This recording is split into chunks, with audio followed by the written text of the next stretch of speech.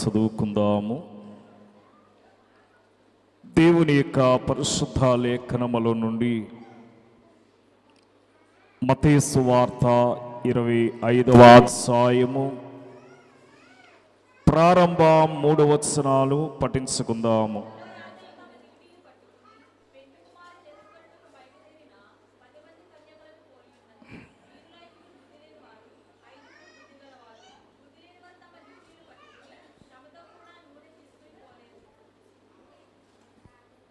ప్రార్థన తీసుకుందాం. మహోన్నతుడును మహాఘనుడు అయిన మా తండ్రి, నీ రెండవ రాకడను ఉద్దేశించి ప్రభా మేము కూడి ఉండగా నీ వాక్యము ద్వారా మమ్మల్ని ప్రతిష్ఠించమని, వాక్యము ద్వారా తగు సిద్ధపాటు కలిగి నీ రెండవ రాకడలో పాల్గొనే గొప్ప ధన్యత మాకెల్లరకు అనుగ్రహించమని యేసు శ్రేష్ఠ నామమును బట్టి బ్రతమలాడుకొనుచున్నాము తండ్రి, ఆమేన్. దేవుని యొక్క మహాకృపను బట్టి ఏర్పాటు చేయబడిన రెండవ రాకడ పండుగలు ఎక్కివించిన మనకెల్లరకును మేఘారుడై వచ్చుచున్న క్రీస్తు ప్రభు యొక్క మెండైన దీవెన మనకెల్లరకును లభించును గాక, ఆమేన్. చదవబడిన వాక్య లేఖనములలో ఈ యొక్క మత్తయి సువార్త 25వ అధ్యాయములో 10 మంది కన్యకుల యొక్క తీరును మనం చూస్తున్నాము. వారందరూ కూడా ప్రభు కొరకు సిద్ధపడిన వారే, కానీ ఆలస్యము చేయటాన్ని బట్టి వారి కొనికి నిద్రించిరనే మాటను 5వ వచనములో మనం చూస్తూ ఉంటాము.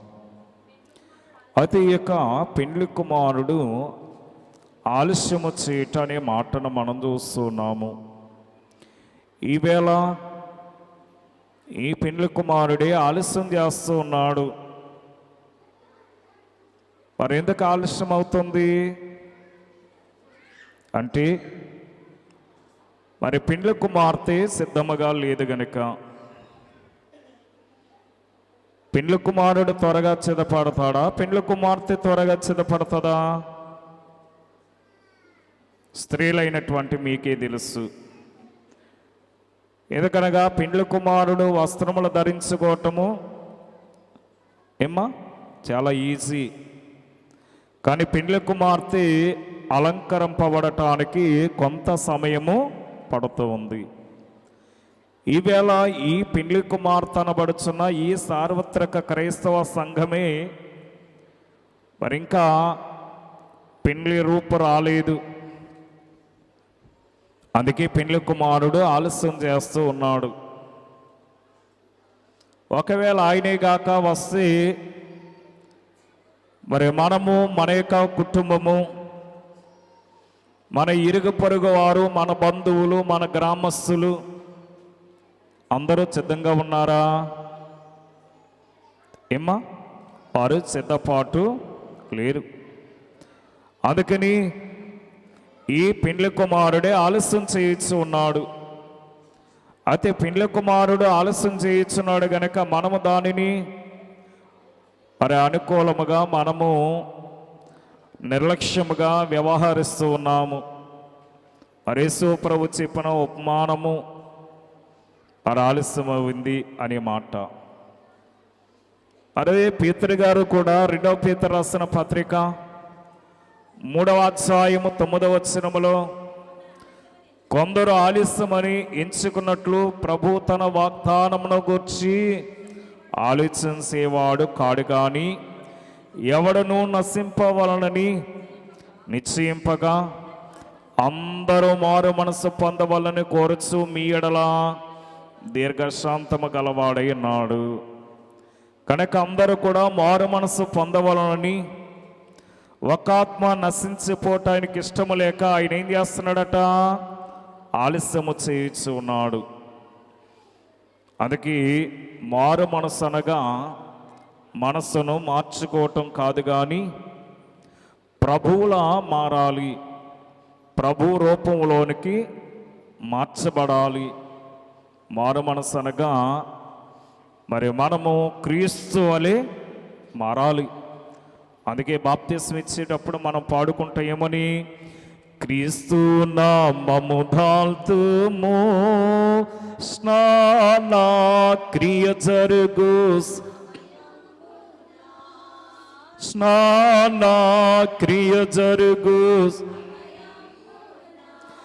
క్రీస్తు నామము లేని క్రియలన్నీ వ్యర్థంబి, వాస్తవమే ప్రభు నాకు జన్మ వారసులో మౌధుము. కనుక క్రీస్తు నామము దాల్తుము, క్రీస్తు నామం దాల్చాలి. అనగా దేవుని యొక్క నామము ఎరిగినటువంటి మనము ఆయన రూపములోనికి మలసబడిన వారమై ఉండాలి.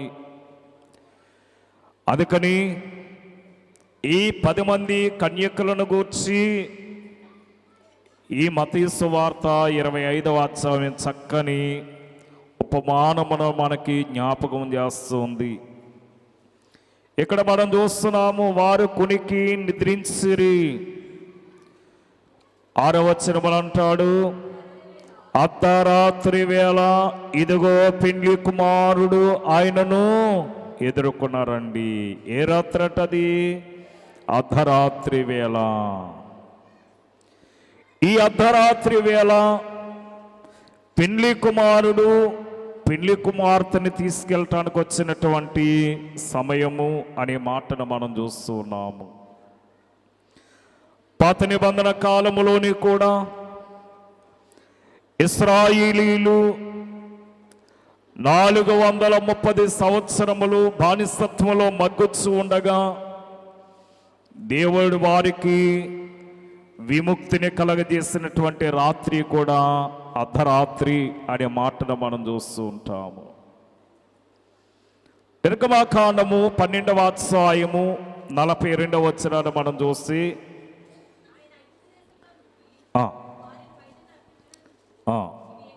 ఇది యెహోవా నాకు ఆచరింపదగిన రాత్రి.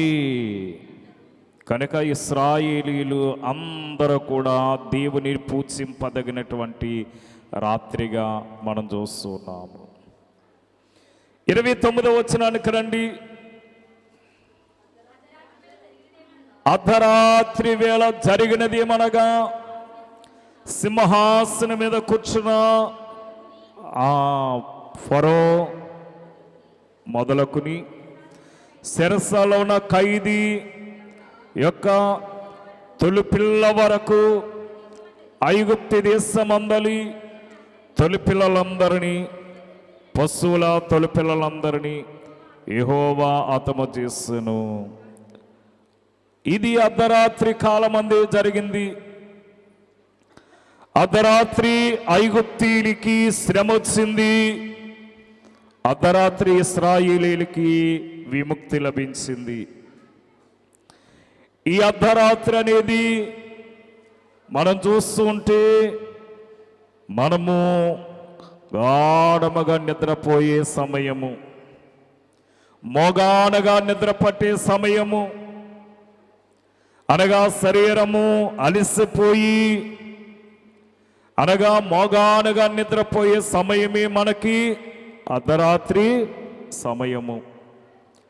అటువంటి అర్ధరాత్రి సమయమందు నయోమి తన కోడలను పిలిచి అంటుంది, ఇదిగో నీవే ఈ పట్టణములో ఘనత వహించినటువంటి పేరు పొందినటువంటి ఆ యొక్క వ్యక్తి యొక్క కళ్ళములోనికి వెళ్ళి అతని యొక్క పాదముల యొద్ద నీవు పడియుండుము.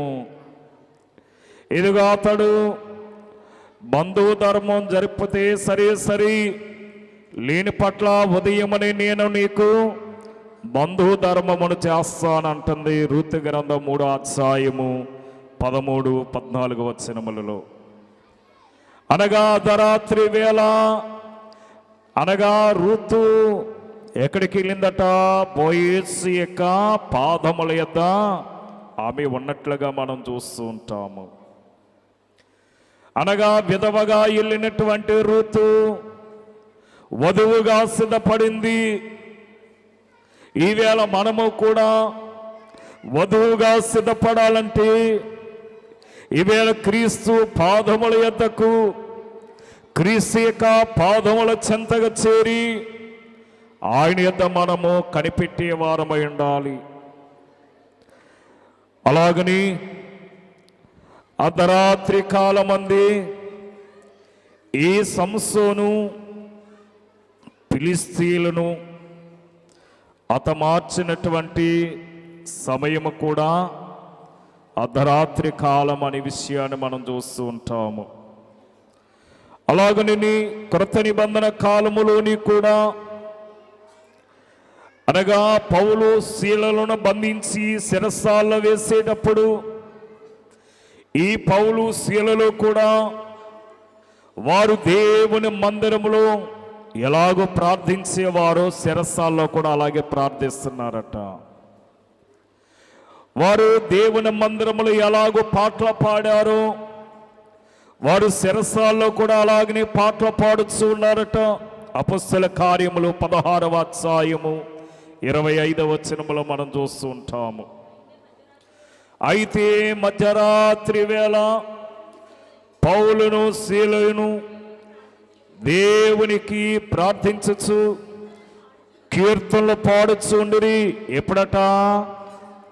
మరి మనకి 10 దాటిందంటే నిద్రలు వచ్చేస్తున్నాయండి అంటాం.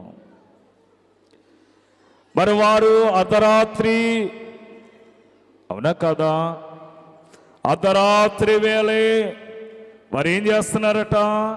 కీర్తనలు పాడుచున్నారు. అర్ధరాత్రి అనగా మార్పు చెంది కాలం అన్నారు, మార్పు చెందే సమయము.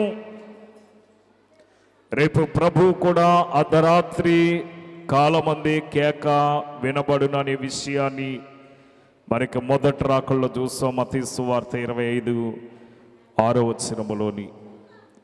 ఎందుకంటే అర్ధరాత్రి వేళే పునరుత్థానము జరిగింది.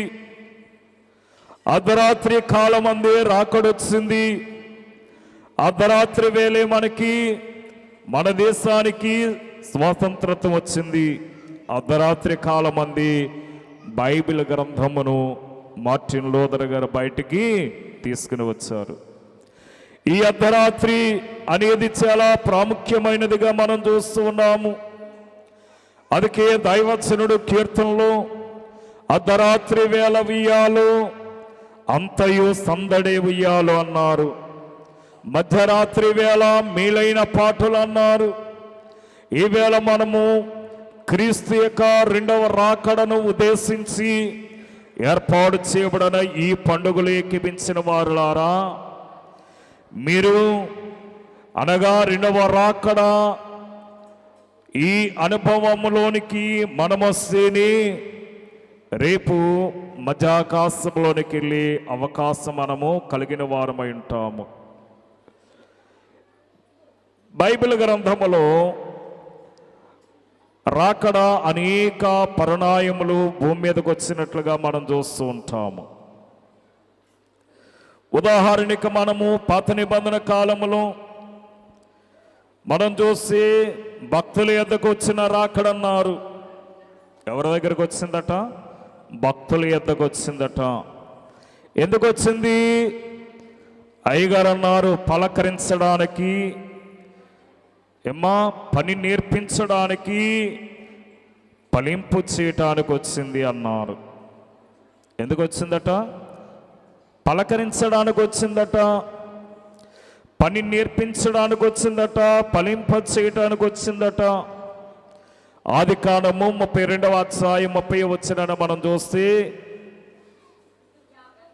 యాకోబు నేను ముఖాముఖిగా దేవునిని చూచితిని, అయినను నా ప్రాణము నాకు దక్కినది.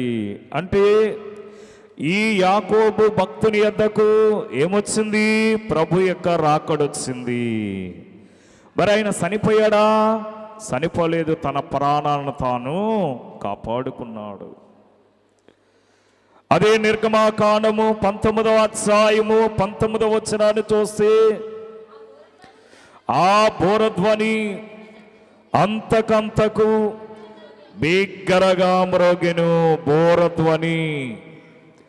రేపు పెండ్లి కుమారుడు కూడా ఆర్భాటముతోనూ ప్రధాన దూత శబ్దముతోనూ దేవుని బోరతోనూ ఆయన ఏం చేస్తున్నాడట? రానయ్యన్నాడు. అనగా దేవుని బోర ఊదేటప్పుడు ఈ బాకానాదము అందరి చెవులను గిగ్గురమన్నట్టుగా చేస్తుందట. దేవుని యొక్క బోర భూమి మీద ఉన్న సమస్త మానవులకి వినబడుతుంది. ఆయన ఎప్పుడొచ్చాడు, ఎప్పుడొస్తాడు అనేది వారికి తెలుసు. అందుకే ఆయన ఆర్భాటముతో ఆయన రానయ్యున్నాడు గనుక మనము త్వరగా సిద్ధపడే వారమై ఉండాలని విషయాన్ని వాక్యం మనకి తెలియజేస్తుంది. అయితే ఎవరెత్తబడతారు? ఆయన వస్తాడు. ఆయన తన నమ్మిన బిడ్డలైన వారిని ఆయన ఆకర్షిస్తాడు అని మనం అనుకుంటున్నాం. కానీ ఎవరెత్తబడతారు? మత్తయి సువార్త 25:10 వచనములో పెండ్లి కుమారుడు వచ్చును,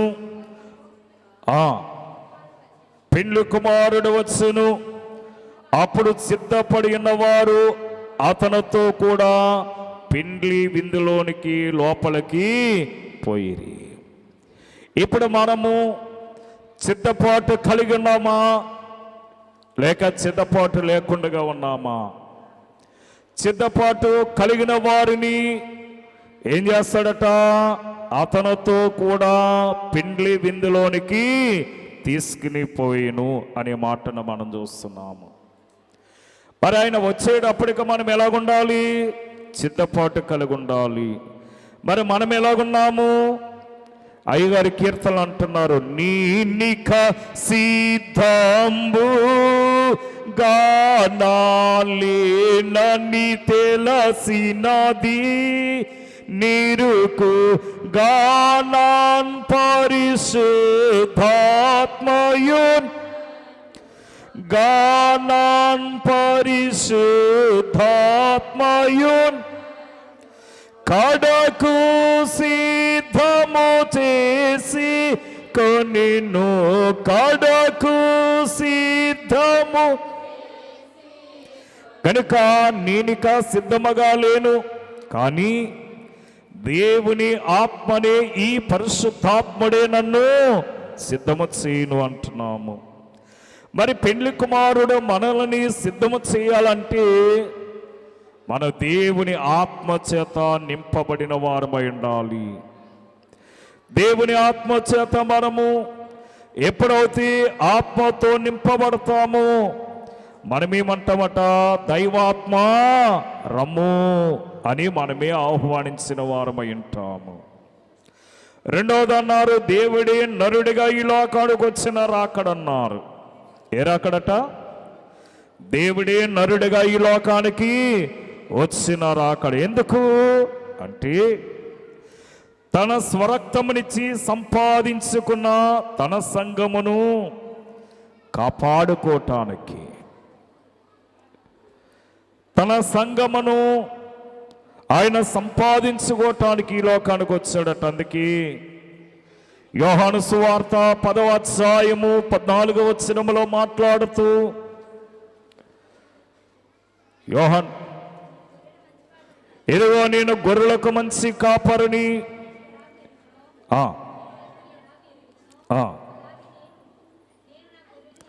నేను నా గొర్రెలను ఎరుగుదును అంటున్నాడు. అనగా మనము ఏమై ఉన్నాము? గొర్రెలమై ఉన్నాము. ఈ గొర్రెలకు ప్రధాన కాపరి క్రీస్తే. అందుకే ఈ దైవ కుమారుడైనటువంటి యేసుక్రీస్తుట నరులలో నరుడిగా జన్మించాను. అందుకే నా తండ్రి నా కోసం ఉయ్యాలో నరుడిగా వచ్చిన ఉయ్యాలు అంటున్నాము. మూడవది విశ్వాసాల మధ్యకు వచ్చిన రాకడన్నారు. ఎందుకంటే సిద్ధపరచడానికి. మనం సిద్ధముగా లేము గనుక మనలను సిద్ధపరచడానికి విశ్వాసాల మధ్యకు వచ్చిన రాకడ. మత్తయి సువార్త 18:20, యోహాను సువార్త 20:19 మనం చూస్తాము. నాలుగవది పెండ్లి కుమారుడిగా వచ్చిన రాకడ. మొదటి తెస్సలోనికి రాసిన పత్రిక 4వ అధ్యాయము 14-15 వచనములలో మనం చూస్తాము.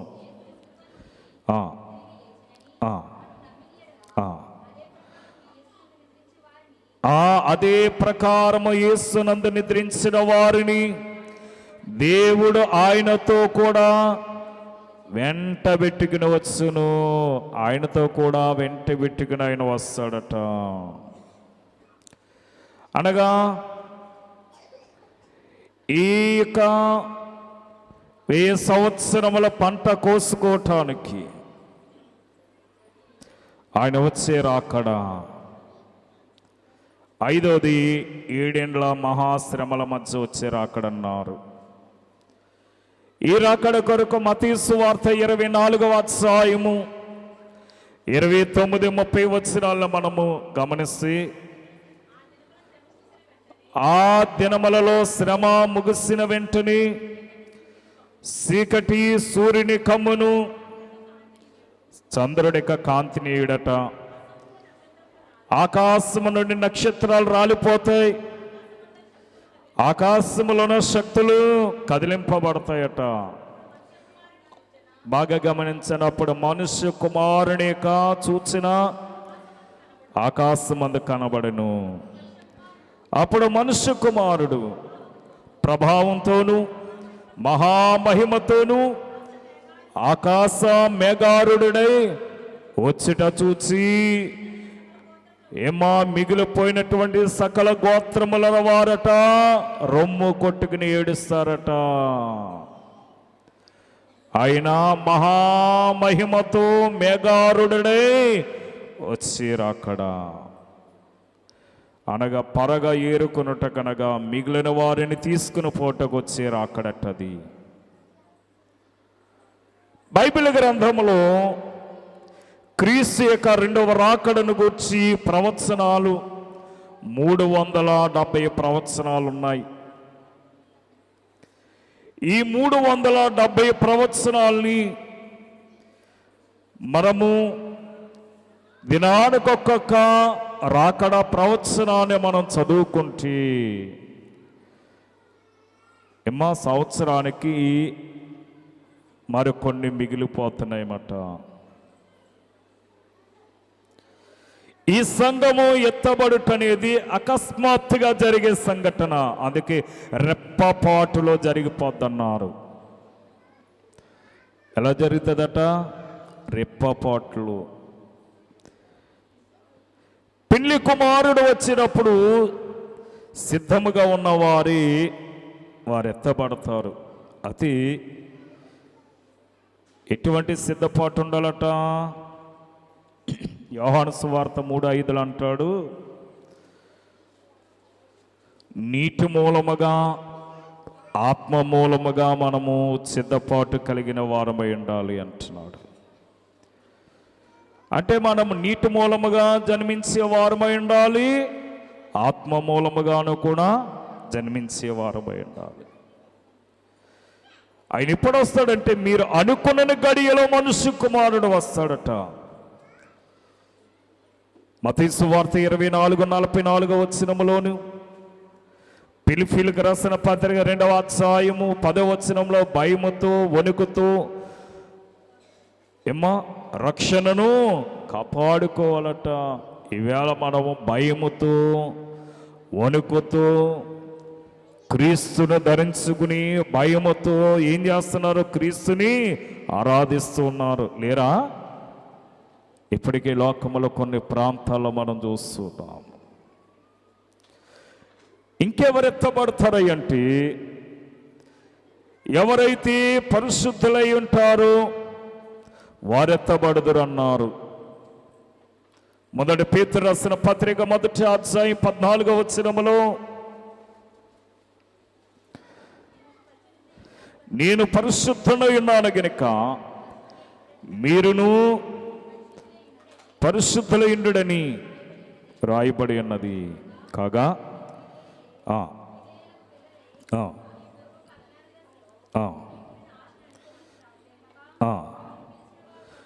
కనుక మిమ్మును పిలిచిన వాడు ఏమై ఉన్నాడు?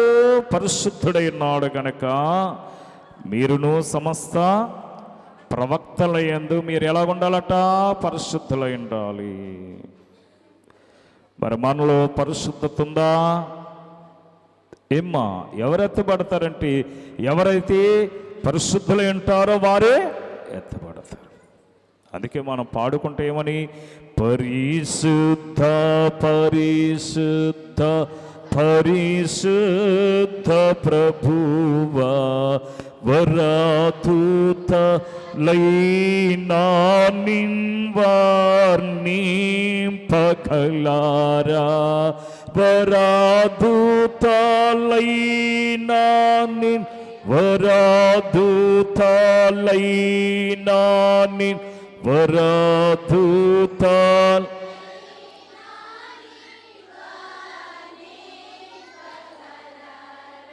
కనుక రెండవదిగా ఎవరైతే పరిశుద్ధత కలిగి జీవిస్తారో వారు ఎత్తబడతారు. మూడవదిగా ఏమో మీ విషయమే మీరు జాగ్రత్త పడిన వారు, ఎవరి విషయం వారు జాగ్రత్త పడిన వారు ఎత్తబడతారట. ఏమో అందుకే లూకా సువార్త 21:34 అంటాడు. లూకా సువార్త 21:34 ఆ తిండి వలనను మత్తు వలనను ఐహిక విచార వలనను ఆ దినము, బాగా గమనించండి, ఏ దినము? ప్రభు యొక్క ఆగమన దినం. ఆ దినము అకస్మాత్తుగా మీ మీదకి ఉరి వచ్చినట్లు వచ్చిన. కనుక ఇక్కడ మనం గమనించినట్లయితే మీ విషయమై మీరు జాగ్రత్త పడుడి. ఎవరు ఎత్తబడరంటే బహుభోజన ప్రియులు ఉంటారు. మత్తులో ఉండేవారు, త్రాగుబోతులు, తిండిబోతులు ఎత్తబడరట. బహుభోజన ప్రియులు ఎత్తబడరట. నాలుగోది మనం గమనిస్తే ఎల్లప్పుడూ ప్రార్థన చేయవారు ఎత్తబడుదురు. నిత్యము ప్రార్థన చేయాలి. దినానికి 1 గంట అయినా మనము ప్రార్థన చేయాలి. యోహాను సువార్త 6:54 ఎవరు ఎత్తబడరు అంటే ఎవరైతే ప్రభు సంస్కారపు విందుని పుచ్చుకోరు వారు ఎత్తబడరట. అక్కడ అంటున్నాడు కదా, నా శరీరమును తిని నా రక్తమును త్రాగువాడే నిత్య జీవము గలవాడు. అంచెదినమున నేను వానిని ఎరుగుదును అంటున్నాడు. మనం ఏం పుచ్చుకోవాలట? ప్రభు యొక్క శరీర రక్తములను మనం పుచ్చుకుంటూ ఉంటే ఆయన మనల్ని పరలోకానికి తీసుకుని వెళ్తాడట. ఆయన అంటున్నాడు, ఇదిగో నా రక్తమును, నా శరీరమును తిని నా రక్తమును త్రాగువాడు నేను ఎరుగుదును అంటున్నాడు. నీవేదో అమాస్కి పున్నానికి వస్తే ప్రయోజనం ఏముంది? సంవత్సరానికి ఒకసారి వచ్చి నీవు సంస్కారపు ఇందులో ఏకీపిస్తే ఆయన నిన్ను గుర్తుపడతాడా? ప్రతి దినము మనము కనిపించాలి. ప్రతి సంస్కారపు భోజన విందులో మనం ఏకీవించాలి. అందుకే అంటున్నాడు, నా శరీరమును తిని నా రక్తమును త్రాగువాడు నిత్య జీవము కలవాడు. వాని నేను అంచె దినముల యందు నేను వానిని లేపుదును అంటున్నాడు. ఆయన మనల్ని ఎరిగి ఉంటాడు కనుక ఆయన పిలుస్తాడన్నమాట. వెంటనే మనం ఆయనతో ఎగిరి వెళ్తాం. కనుక మనము ఎగిరే వారిలో ఉన్నామా, ఎగిరే వారిలో ఉన్నామో మనము పరీక్షించుకోవాలి. ఈ రెండవ రాకడలో ఎత్తబడటానికి ఆరాట పడుచున్న వారులారా, మీ కుటుంబములో కుటుంబ ప్రార్థన ఉందా? మీ గృహములో నిత్యము మీరు ప్రార్థనని ధూపమును వేయుచున్నారా? ఇవేమి చేయకపోతే మనం పరలోకానికి ఎలాగెత్తబడతాం? అసలు ఈ దినాన మనకి 2 పండుగలను మనం పురస్కరించుకుంటున్నాము. ఒకటి రెండవ రాకడ పండుగ అవుతుంది. రెండవది మనకి దేవుని యొక్క వాక్యమును బోధించి మనల్ని ఈ ఏర్పాటు బైబిల్స్లోనికి నడిపించినటువంటి మన యొక్క ఆత్మీయ తండ్రి అనగా స్వర్గీయ యేసురత్నమయ్య గారిని మనము జ్ఞాపకం చేసుకుంటూ ఉన్నాము. ఇది మరి యేసురత్నమయ్య గారి యొక్క జ్ఞాపకార్థము బస నాన్నగారు ఈ నవంబర్ నెల 18వ తారీఖున ఇంచుమించు 3 నెలల ముందే ఆయన ప్రవచించారట. 3 నెలలకు ముందుగానే ఆయన తెలియజేశాడు, ఇదిగో 18వ తారీఖు నవంబర్ నెల ఏం జరుగుతుందో తెలియదు, ప్రార్థనలు చేయండి అన్నారు. అనగా 3 నెలల నుంచి ఈ 18వ తారీఖు కొరకు ప్రార్థన చేస్తూ ఉండగా మరి నాన్నగారికి బయలుపడిన ఈ డేటు ఆయన పరలోక పిలుపుగా మనం చూస్తూ ఉన్నాం. అందుకే ఆయన ముందుగానే తెలియజేశాడు. మాకు కూడా చాలా విచిత్రమైనటువంటి సంఘటన అది. నాన్నగారు ఏదైతే తెలియజేశాడో, ఆయన ఏదైతే ఆయన మరి ప్రవచించారో మాట్లాడారో అది నెరవేరింది. మిషన్ అధికారులు వచ్చే వరకు కూడా మరి నన్ను ఇక్కడి నుంచి తీసుకెళ్ళకండి అన్నారు. మిషన్ అధికారులు వస్తారు, మీరు తెలియచేయండి అన్నారు.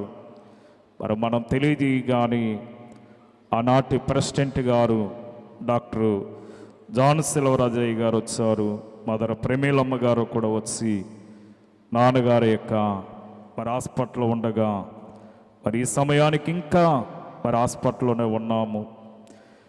ఇంచుమించు ఆయన వచ్చి మరి ప్రార్థన చేసిన తర్వాత మరి నాన్నగారిని ఇంటికి తీసుకురావటం జరిగింది.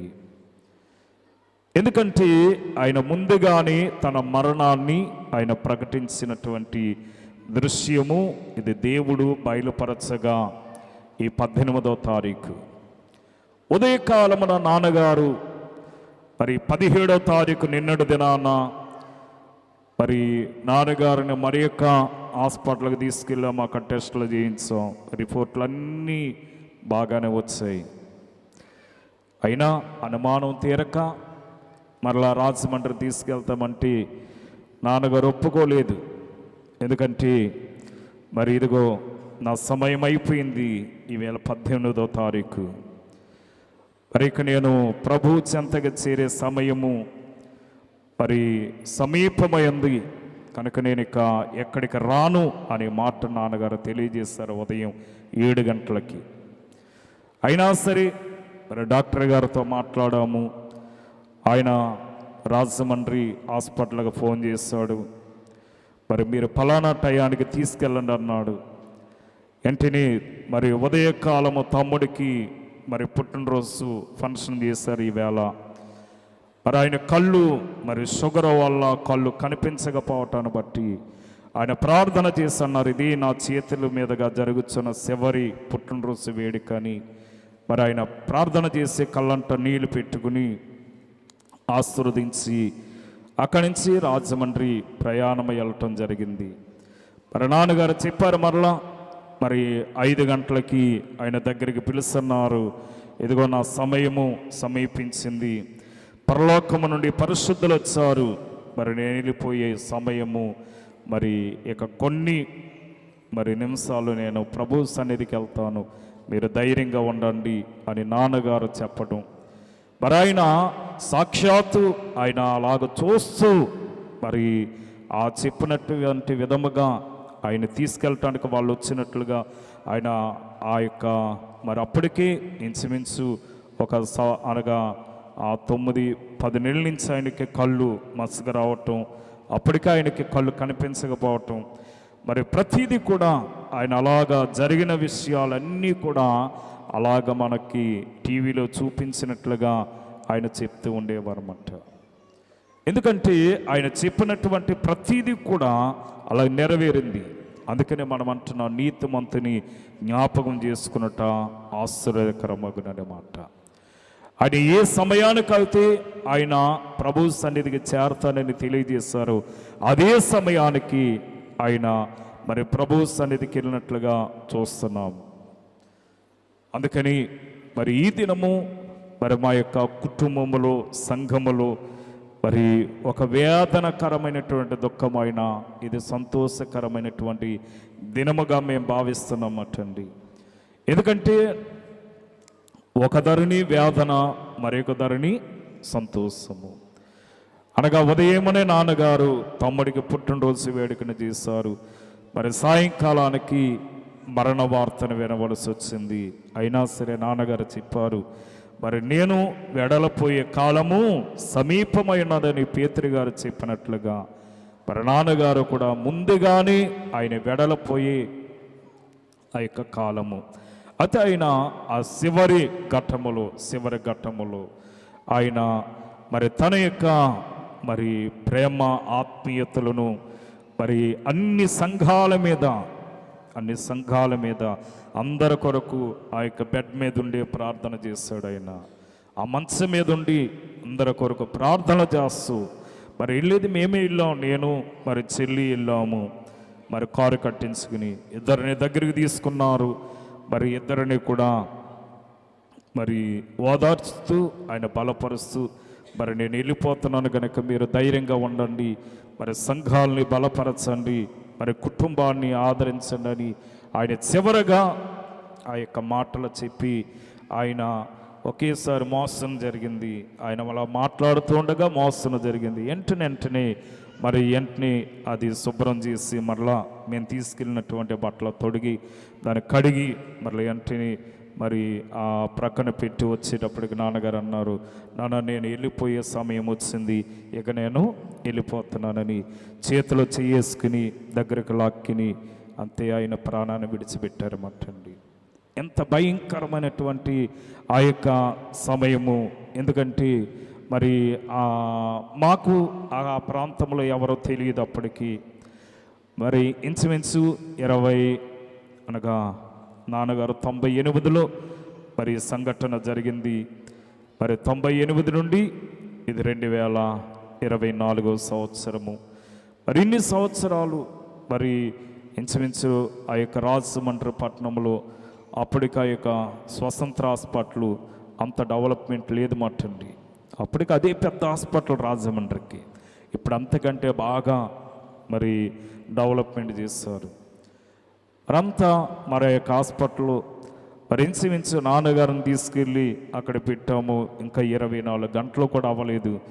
ఇంచుమించు వారు బిల్లు తీసుకొచ్చారు, బిల్లు కట్టాం. మరి ఇంకా బిల్లు కట్టవలసి ఉంది. మరి ఆ బిల్లు కట్టడానికి ఇంకా మేము అక్కడే కూర్చొని ఉన్నాము.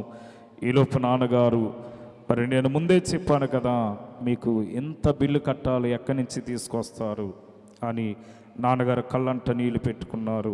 ఈలోపు ప్రెసిడెంట్ గారు వచ్చి మరి ఆ యొక్క మరి మేము కట్టిన బిల్లు మరి తదుపరి ఆ యొక్క బ్యాలెన్స్ అంతా కూడా ఆయన కట్టి మరి నాన్నగారిని మరి ప్రార్థన చేసి మరి నేను సంస్కారపు విందుకు వెళ్తున్నాను కనుక ఉదయాన్నే నేను మిషన్ పెద్దలైన వారికి తెలియజేస్తాను, వారందరూ కూడా వస్తారు అని చెప్పగానే ఆయన అక్కడుండి మిషను వైస్ ప్రెసిడెంట్కి, సెక్రటరీలకు అందరికీ ఫోన్ చేసి ఆయన పంపించగా మిషన్ అధికారులందరూ కూడా అదినం రావటం జరిగింది. అలాగని మరి ఆ యొక్క మరి నాన్నగారు చివరి కోరిక ఏంటంటే మిషన్ అధికారుల చేతుల మీద కానీ ఆ యొక్క మరి అంత్యక్రియలు జరగాలన్నారు.